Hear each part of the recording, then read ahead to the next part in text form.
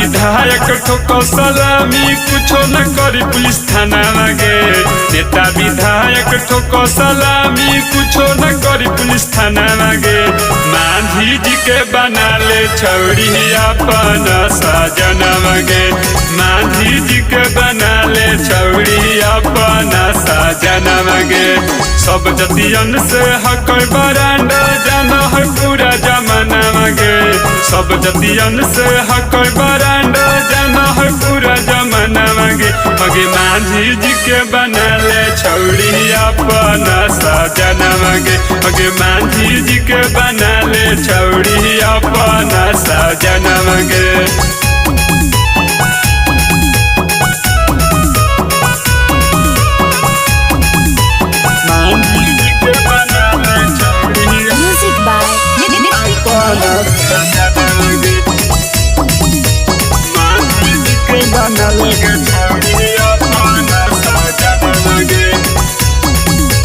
बड़ बड़ गुंडा के गे छौड़ी मांझी जी हको सरदार गे।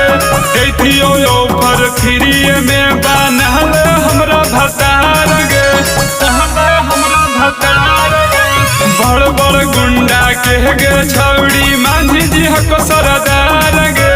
देखियो ओफर फ्री में बनल हमरा भतार गे। गोली बंदूक कटा के छौड़ी खोले ही ओकर खाना मांगे।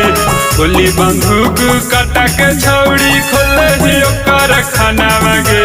मांझी जी के बना ले छौड़ी अपन साजन मांगे। मांझी जी के बना ले गे छौड़ी अपन साजन मांगे।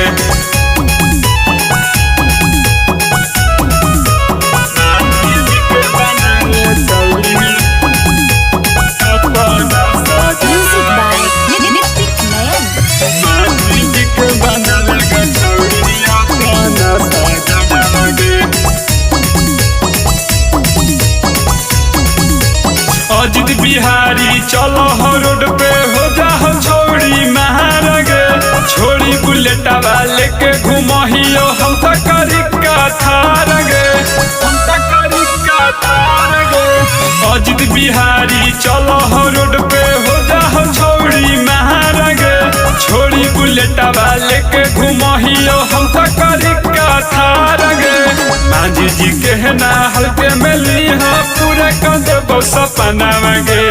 मांझी जी के ना हल्के में ली हाँ पूरा कर देबो सपना मांगे। मांझी जी के बना ले छौड़ी अपन साजन मांगे। मांझी जी के बना ले गे छौड़ी अपन साजन मांगे।